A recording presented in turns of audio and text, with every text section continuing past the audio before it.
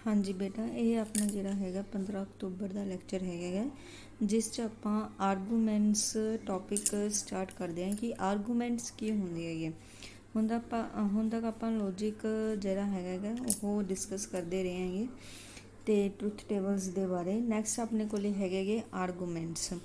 आर्गूमैंट च की आ जांदा है कि एन आर्गूमैंट की हुंदी है, एक स्टेटमेंट हुंदी हैगी विच asserts that a given set of propositions, जिहदे विच कि कुछ अपने कोले प्रोपोजिशनस होंदे। प्रोपोजिशनस मीनस की होंदे जिस च कुछ आपां स्टेटमेंट्स लै लैने जां प्रीमाइसिस, इन्हां नूं की कहा जांदा प्रीमाइसिस जां अजम्पशनस, जिन्हां नूं आपां अजम्पशनस कुछ मतलब जिहड़ियां स्टेटमेंट्स आपां मन के चलने taken together gives another proposition, ते जिहड़ी आपां नूं की है एंड ते एक प्रोपोजिशन दिंदियां हैगियां। ठीक है, कुछ आपां नूं गिवन प्रोपोजिशनस हुंदियां जिहड़ियां कि टेकन टूगैदर जिन्हां नूं आपां इकट्ठा लैके चल पैने ते गिव्स एंड ते कि आपां नूं एक अनदर प्रोपोजिशन जिहड़ी हैगी दिंदियां। दीज आर एक्सप्रैसड एज, इन्हां नूं इस तरह लिखिया जांदा जिवें P1 P2 P3 so on Pn and gives the another एक मेजर प्रोपोजिशन दिंदियां। This is spoken at turn style, इनू की कहने आपां टर्न स्टाइल दी फॉर्म दे विच कहने हैं। क्लीयर। तो where P1 P2 so on Pn इन्हां नूं आपां प्रीमाइसिस जां अजम्पशनस कहा जाता है। वेयर P जिहड़ा हुंदा है ये अपने कोले की आ जाता है कनक्लूजन, जिहड़ी P हुंदी है लास्ट ते अपने कोले जिहड़ी मेजर होंदी हैगी अजम्पशन, इनू आपां की कहने हैं कनक्लूजन कह दिंदे हैं। क्लीयर। नैक्सट जिहड़ी हैगी मेन अपना टॉपिक है that is the valid argument, कि वैलिड आर्गूमेंट किस तरह आप कर सकते हैं कि जिहड़ा आर्गूमेंट है आह अपने कोले अजम्पशनस ते कनक्लूजन तो जिहड़ा अपने कोले एक आर्गूमेंट बन रहा है ये आर्गूमेंट ट्रू कदों हुंदा है। We call this argument is true if P is true, if P is true whenever all the premises are true. Clear. An argument is true if P is true, ਇਹ P कदों true होगा ਜਦੋਂ ਸਾਰੀਆਂ premises ਆਪਣੇ ਕੋਲੇ true ਹੋਣਗੀਆਂ। otherwise the argument is false, otherwise means ਜੇ ਇੱਕ ਵੀ premises ਆਪਣੇ ਕੋਲੇ false ਹੋਗੀ ਤਾਂ argument ਕੀ ਬਣ ਜਾਏਗਾ ਆਪਣੇ ਕੋਲੇ false ਹੋ ਜਾਏਗਾ। clear। ਜੇ ਸਾਰੀਆਂ premises true ਹੈ ਤਾਂ ਆਪਣੇ ਕੋਲੇ P ਦੀ ਜਿਹੜੀ ਵੈਲਿਊ ਹੈ ਉਹ ਟਰੂ ਆਏਗੀ। ਜੇ ਕੋਈ ਵੀ ਪ੍ਰੀਮਾਈਸਿਸ ਫਾਲਸ ਹੈ ਤਾਂ ਆਪਣੇ ਕੋਲੇ ਕੀ ਆ ਜਾਏਗੀ ਆਰਗੂਮੈਂਟ ਫਾਲਸ ਹੋ ਜਾਏਗਾ। ਇਹ ਟਰੂ ਆਰਗੂਮੈਂਟ ਇਜ਼ ਕਾਲਡ ਦਾ, ਜਿਹੜਾ ਟਰੂ ਆਰਗੂਮੈਂਟ ਹੁੰਦਾ ਜਿਸ 'ਚ ਸਾਰੇ ਰਿਜ਼ਲਟ ਟਰੂ ਆ ਜਾਂਦੇ ਆ ਉਹਨੂੰ ਆਪਾਂ ਕੀ ਕਹਿੰਦੇ ਵੈਲਿਡ ਆਰਗੂਮੈਂਟ ਕਹਿੰਦੇ ਆ। ਅ ਫਾਲਸ ਆਰਗੂਮੈਂਟ ਇਜ਼ ਕਾਲਡ ਦਾ ਫਾਲਸੀ, ਜਦੋਂ ਆਪਣੇ ਕੋਲੇ ਫਾਲਸ ਆਰਗੂਮੈਂਟ ਸਾਰੇ ਫਾਲਸ ਆਰਗੂਮੈਂਟ ਆ ਜਾਂਦੇ ਆ ਉਹਨੂੰ ਆਪਾਂ ਕੀ ਕਹਿੰਦੇ ਫਾਲਸੀ ਕਹਿੰਦੇ। ਕਲੀਅਰ। ਇੱਕ ਵੈਲਿਡ ਆਰਗੂਮੈਂਟ, एक हो जाता अपने कोले फाल्स आर्गूमेंट जिन्हों आप कहने फालसी। क्लीयर। ये होंदा अपने कोले। ओके बेटा। उस तो बाद एक होर चीज़ है कि validity can also be judged by the relationship. Validity check करन दा एक होर भी तरीका हैगा बाय द रिलेशनशिप मीनस आपां की है जिहड़ियां अपने कोले प्रीमाइसिस है जे इन्हां दे विच आपां कंजक्शन कढ लईए and conjunction implies the P conclusion provided it is a tautology अपने कोले आ जाए तां भी आपां जिहड़ा है वैलिड आर्गूमेंट जिहड़ा हैगा उहदे बारे पता कर सकते हैं। इस रिजल्ट नूं भी आपां एग्जाम्पल्स दे विच यूज़ कर सकते हैं। उस बाद आपां एग्जाम्पल्स करते हैं जिस तो कि आपां नूं क्लीयर होएगा कि किस तरह आपां इन्हां नूं यूज़ करना, प्रीमाइसिस किस तरह ते कंक्लूजन किस तरह कढना है। जिवें कि फर्स्ट एग्जाम्पल है टेस्ट द वैलिडिटी ऑफ, आपां ने वैलिडिटी चैक करनी है। आपां नूं स्टेटमेंट गिवन है if he works hard then he will be successful, जे मेहनत करेगा तो उन्होंने सक्सैस मिलेगी। If he is successful then he will be happy, obviously he अगर कोई सक्सैसफुल है तो वो खुश होएगा। देयरफॉर ਇਹਦਾ मतलब की हो गया hard work leads to happiness, ਇਹਦਾ मतलब की हो गया मेहनत इंसान नूं की दिंदी हैगी खुशी दिंदी हैगी। क्लीयर। समझ आया बेटा। पहला तुसीं ये समझना कि तुहाडे कोले स्टेटमेंट्स किन्नी है, उस तो बाद उन्हां तो अपने कोले की रिजल्ट बन रहा है। ठीक है। पहला तुसीं सारियां स्टेटमेंट्स कढ लो, उन्हां नूं अलग अलग नाम दे लो P Q R जिहड़े जिहड़े भी तुहाडे कोले स्टेटमेंट्स है। स्टेटमेंट्स किहड़ियां किहड़ियां कि वर्क्स हार्ड है ना, पहला तो आपां नूं मेहनत करनी चाहिए। ही वर्क्स हार्ड आपां ने P स्टेटमेंट जिहड़ी हैगी है ਉਹਨੂੰ ਨਾਮ ਦੇ ਲਿਆਗਾ ਹੀ ਵਰਕਸ ਹਾਰਡ। ਸੈਕਿੰਡ ਸਟੇਟਮੈਂਟ ਕੀ ਕਹਿੰਦੀ ਹੈ, he will be successful. Second statement ਕੀ ਹੈ, ਹੀ ਇਜ਼ ਸਕਸੈਸਫੁਲ, ਉਹਨੂੰ ਆਪਾਂ ਨੇ ਕਿਉਂ ਨਾਮ ਦੇ ਲਿਆ। ਇੱਕ ਥਰਡ ਸਟੇਟਮੈਂਟ ਹੈਗੀ ਹੈ ਸਕਸੈਸਫੁਲ ਵਾਲੀ ਨੂੰ ਆਪਾਂ ਨਾਮ ਦੇ ਲਿਆ ਹੀ will be happy, he is happy, ਇਹਨੂੰ ਆਪਾਂ ਨੇ ਆਰ ਨਾਮ ਦੇ ਲਿਆ।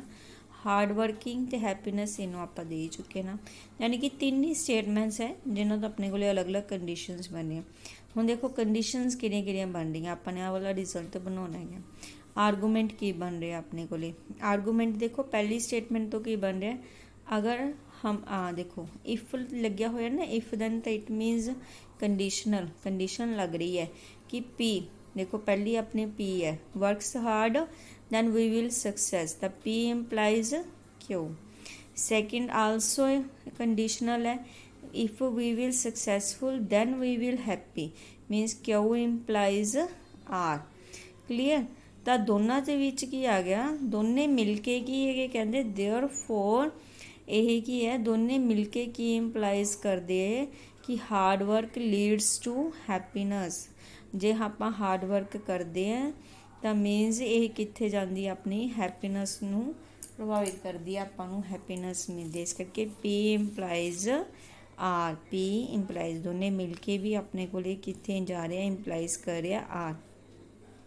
ਕਲੀਅਰ। ਤਾਂ ਇਹਦੇ ਵਿੱਚ ਦੇਖੋ ਤਾਂ ਮੀਨਸ ਕੀ ਹੋ ਗਿਆ, ਇੱਕ ਤਾਂ ਇਹਦੇ ਵਿੱਚ ਆਪਾਂ ਨੇ ਐਂਡ ਕੱਢਣਾ ਹੈਗਾ ਕਿ ਜੇ ਆਪਾਂ ਮਿਹਨਤ ਕਰਦੇ ਹਾਂ ਸਕਸੈਸਫੁਲ ਮਿਲਦੀ ਹੈ, ਅਤੇ ਜੇ ਆਪਾਂ ਸਕਸੈਸਫੁਲ ਹੈ ਤਾਂ ਆਪਾਂ ਹੈਪੀ। ਇਸ ਕਰਕੇ ਇਹਦੇ ਵਿੱਚ ਐਂਡ ਆ ਗਿਆ ਹੈਗਾ, ਮੀਨਸ ਇਹ ਦੋਨੇ ਮਿਲ ਕੇ ਇਹ ਇੰਪਲਾਈਜ਼ ਕਰਦਾ ਹੈਗਾ ਕਿ ਮਿਹਨਤ ਕਿਹਨੂੰ ਲੈ ਕੇ ਆਉਂਦੀ ਹੈ, ਹੈਪੀਨੈਸ ਨੂੰ ਲੈ ਕੇ। ਓਕੇ, ਹੁਣ ਇਹ ਚੈੱਕ ਕਰਨਾ ਕਿ ਇਹ ਟਰੂਥ ਹੈ ਜਾਂ ਫਾਲਸ ਹੈ। ਇਹ ਸਟੇਟਮੈਂਟ ਜਿਹੜਾ ਆਰਗੂਮੈਂਟ ਹੁਣ ਆਪਾਂ ਨੇ ਕੱਢਣਾ, ਇਹਨੂੰ ਆਪਾਂ ਬਾਈ ਟਰੂਥ ਟੇਬਲ ਕੱਢਾਂਗੇ। ਦੇਖੋ 3 ਸਟੇਟਮੈਂਟਸ ਹੈ, ਤੁਹਾਨੂੰ ਦੱਸਿਆ ਹੀ ਹੋਇਆ ਹੈ। ਟਰੂਥ ਟੇਬਲ ਬਣਾਉਣ ਲੱਗੇ ਜੇ 3 ਸਟੇਟਮੈਂਟਸ ਹੈ, ਰੋਜ਼ ਆਪਣੇ ਕੋਲੇ 8 ਬਣਨਗੀਆਂ, ਉਹ ਸਿਮਿਲਰ ਤਰੀਕਾ ਉਹੀ ਰਹੇਗਾ। ਅਲੱਗ-ਅਲੱਗ ਜਿਹੜੇ ਆਪਣੇ ਕੋਲੇ ਰਿਲੇਸ਼ਨਸ ਬਣ ਰਹੇ ਉਹਨਾਂ ਨੂੰ ਕੱਢ ਲਓ, ਪੀ ਇੰਪਲਾਈਜ਼ ਕਿਉਂ, ਕਿਉਂ ਇੰਪਲਾਈਜ਼ ਆਰ, ਠੀਕ ਹੈ, ਦੋਨੇ ਕੱਢ ਲਏ। ਫਿਰ ਦੋਨਾਂ ਦੀ ਕੰਜਕਸ਼ਨ ਕੱਢ ਲਈ ਆਪਾਂ ਨੇ, ਕਲੀਅਰ। ਉਸ ਤੋਂ ਬਾਅਦ ਰਾਈਟ ਹੈਂਡ ਸਾਈਡ 'ਤੇ ਆਪਣੇ ਕੋਲ ਹੈਗਾ ਪੀ ਇੰਪਲਾਈਜ਼ ਆਰ, ਇਹ ਕੱਢ ਲੱਤਾ। ਉਸ ਤੋਂ ਬਾਅਦ ਆਹ ਵਾਲਾ ਰਿਜ਼ਲਟ ਕਿਵੇਂ ਇੰਪਲਾਈਜ਼ ਕਰ ਰਹੇ ਹੈਗੇ, ਜਿਸ ਰਿਜ਼ਲਟ ਨੂੰ, ਹੈ ਨਾ, ਉਹਦੀ ਵੈਲਿਊ ਕੱਢ ਲਈ ਆਪਾਂ ਨੇ। ਦੇਖੋ ਸਾਰੇ ਆਪਣੇ ਕੋਲੇ ਕੀ ਆ ਗਿਆ, ਵੈਲਿਊਜ਼ ਟਰੂ ਆ ਗਿਆ, ਤਾਂ it means this is the tautology. ਜੇ ਟਟੋਲੋਜੀ ਹੈ, ਜੇ ਸਾਰੇ ਰਿਜ਼ਲਟ ਟਰੂ ਆ ਗਿਆ ਤਾਂ ਆਰਗੂਮੈਂਟ ਇਜ਼ ਵੈਲਿਡ ਆ। ਆਪਾਂ ਲੈ ਕੇ ਚੱਲੇ ਕਿਹਾ ਸੀਗਾ ਤੁਹਾਨੂੰ, ਜੇ ਰਿਜ਼ਲਟ ਟਰੂ ਆ ਜਾਂਦਾ ਤਾਂ ਆਰਗੂਮੈਂਟ ਆਪਣੇ ਕੋਲੇ ਕੀ ਹੋ ਜਾਂਦਾ ਹੈਗਾ, ਵੈਲਿਡ ਹੋ ਜਾਂਦਾ ਹੈਗਾ।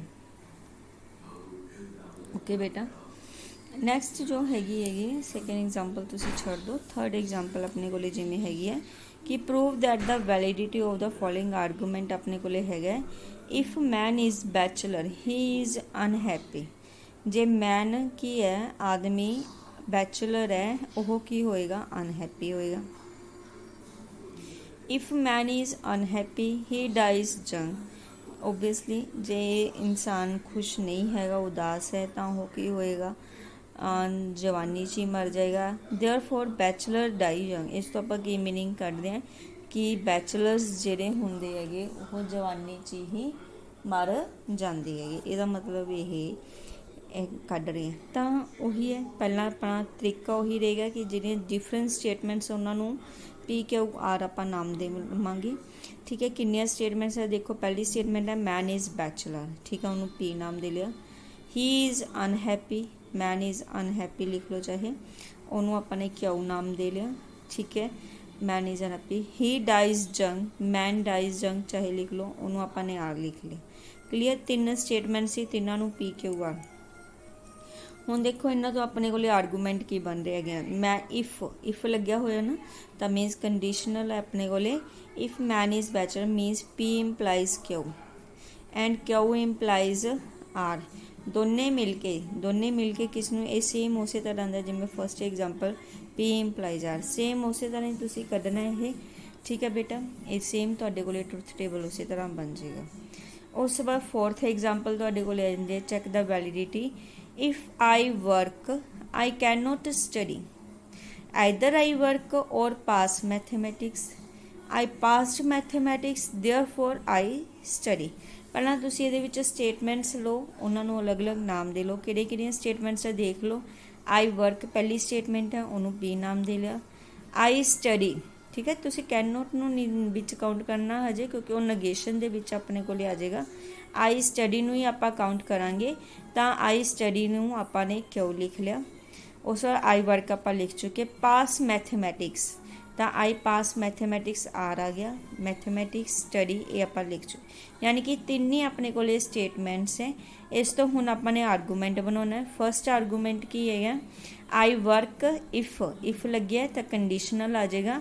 If I work I can note study, ਤਾਂ ਮੀਨਸ ਕੈਨ ਨੋਟ ਸਟੱਡੀ ਇੱਥੇ ਨਗੇਸ਼ਨ ਲੱਗੇਗਾ। ਪੀ ਇੰਪਲਾਈਜ਼ ਨੋਟ ਕਿਉਂ, ਪੀ ਇੰਪਲਾਈਜ਼ ਨਗੇਸ਼ਨ ਕਿਉਂ।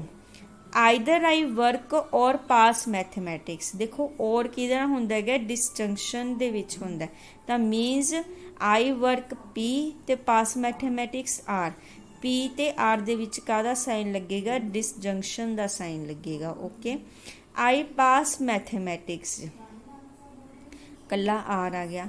ਦੇਅਰਫੋਰ ਲਾਸਟ ਤੇ ਜਦੋਂ ਦੇਅਰਫੋਰ ਆ ਗਿਆ ਆਈ ਸਟੱਡੀ, ਸਾਰੇ ਮਿਲ ਕੇ ਕੀ ਇੰਪਲਾਈਜ਼ ਕਰਦੇ ਆ, ਕਿਉਂ ਨਹੀਂ ਇੰਪਲਾਈਜ਼ ਕਰਦੇ ਆ, ਦੈਟ ਇਜ਼ ਕਿਉਂ। ਕਲੀਅਰ। ਤੇ ਮਿਲ ਕੇ ਮੈਂ ਤੁਹਾਨੂੰ ਇਹ ਦੱਸਿਆ ਹੀ ਸੀਗਾ ਕਿ ਆਪਾਂ ਨੇ ਜਦੋਂ ਵੀ ਆਹ ਟਟੋਲੋਜੀ ਫਾਈਂਡ ਆਊਟ ਕਰਨੀ ਆ, ਆਪਾਂ ਇਹਨਾਂ ਦੇ ਵਿੱਚ ਕੰਜੰਕਸ਼ਨ ਦਾ ਸਾਈਨ ਪਾ ਕੇ ਆਪਾਂ ਇੰਪਲਾਈਜ਼ ਕਿਉਂ ਕਰ ਸਕਦੇ ਹਾਂ। ਇਹਨਾਂ 'ਚ ਆਪਾਂ ਨੇ ਕੰਜੰਕਸ਼ਨ ਦਾ ਸਾਈਨ ਪਾ ਕੇ ਇੰਪਲਾਈਜ਼ ਜਿਹੜਾ ਹੈਗਾ ਦੇਅਰਫੋਰ ਆਈ ਸਟੱਡੀ ਕਿਉਂ ਜਿਹੜਾ ਹੈਗਾ ਉਹ ਫਾਈਂਡ ਆਊਟ ਕਰ ਲਿਆ। ਉਸ ਤੋਂ ਬਾਅਦ ਆਪਣਾ ਜਿਹੜਾ ਟਰੁੱਥ ਟੇਬਲ ਦਾ ਆਪਣਾ ਸੇਮ ਉਹੀ ਜਿਹੜਾ ਹੈਗਾ ਮੈਥਡ ਹੈਗਾ। ਪੀ ਕਿਊ ਆਰ ਆਪਾਂ ਨੇ ਲਿਖ ਲਿਆ। ਜਿਹੜਾ ਕੁਛ ਚਾਹੀਦਾ, ਜਿਵੇਂ ਕਿ ਨਗੇਸ਼ਨ ਕਿਉਂ ਚਾਹੀਦਾ, ਨਗੇਸ਼ਨ ਕਿਉਂ ਲਿਖ ਲਿਆ। ਫਿਰ ਪੀ ਇੰਪਲਾਈਜ਼ ਨਗੇਸ਼ਨ ਕਿਉਂ ਦੀ ਵੈਲਿਊ ਆਪਾਂ ਨੇ ਕੱਢ ਲਈਗੀ। ਉਸ ਤੋਂ ਬਾਅਦ ਪੀ ਡਿਸਜੰਕਸ਼ਨ ਆਰ ਦੀ ਵੈਲਿਊ ਆਪਾਂ ਨੇ ਕੱਢੀਗੀ। ਕਲੀਅਰ। ਉਸ ਤੋਂ ਬਾਅਦ ਆਪਾਂ ਨੇ ਆਹ ਤਿੰਨਾਂ ਨੂੰ ਜਿਹੜਾ ਹੈਗਾ ਤਿੰਨਾਂ ਦਾ, ਠੀਕ ਹੈ, ਆਰ ਦਿਸ ਵਨ ਤੇ ਦਿਸ ਵਨ, ਇਹਨਾਂ ਤਿੰਨਾਂ ਦੀ ਆਪਾਂ ਨੇ ਕੀ ਕੱਢੀਗੀ, ਕੰਜੰਕਸ਼ਨ ਕੱਢੀਗੀ। ਠੀਕ ਹੈ, ਤਿੰਨਾਂ ਦੀ ਆਪਾਂ ਨੇ ਕੀ ਕੀਤੀ, ਕੰਜੰਕਸ਼ਨ ਕੱਢੀ ਆਪਾਂ ਨੇ। ਕਲੀਅਰ। ਉਸ ਤੋਂ ਬਾਅਦ ਦਿਸ ਇੰਪਲਾਈਜ਼ ਆਪਾਂ ਨੇ ਕਿਉਂ ਕੀਤਾ ਵਾ, ਤਾਂ ਆਪਣੇ ਕੋਲ ਹੀ ਦੇਖੋ ਇੱਕ ਇੱਥੇ ਕੀ ਹੈ, ਫਾਲਸ ਆ ਰਹੇ ਹੈਗੇ, ਸਾਰੇ ਦੇ ਸਾਰੇ ਟਟੋਲੋਜੀ ਨਹੀਂ ਹੈਗੇ, ਤਾਂ this argument is not valid. Clear ਬੇਟਾ। ਇਹ ਇਸ ਤਰ੍ਹਾਂ ਜਿਹੜੇ ਹੈਗੇ ਆਰਗੂਮੈਂਟਸ ਨੂੰ ਕੱਢਿਆ ਜਾਂਦਾ। ਇਹਦੇ ਨਾਲ ਰਿਲੇਟ ਐਕਸਰਸਾਈਜ਼ ਆਪਣੇ ਕੋਲ ਸੈਕਿੰਡ ਬੀ ਹੈਗੇ, ਤੁਸੀਂ ਇਹ 'ਚ ਕੁਛ ਸਮਝ ਜਿਨ੍ਹਾਂ ਨੂੰ ਸੋਲਵ ਕਰਕੇ ਦੇਖ ਸਕਦੇ ਹੋ। ਅਗਲਾ ਜਿਹੜਾ ਹੈਗਾ ਆਪਾਂ ਨੈਕਸਟ ਲੈਕਚਰ ਟੌਪਿਕ ਕਰਾਂਗੇ। ਥੈਂਕ ਯੂ ਬੇਟਾ।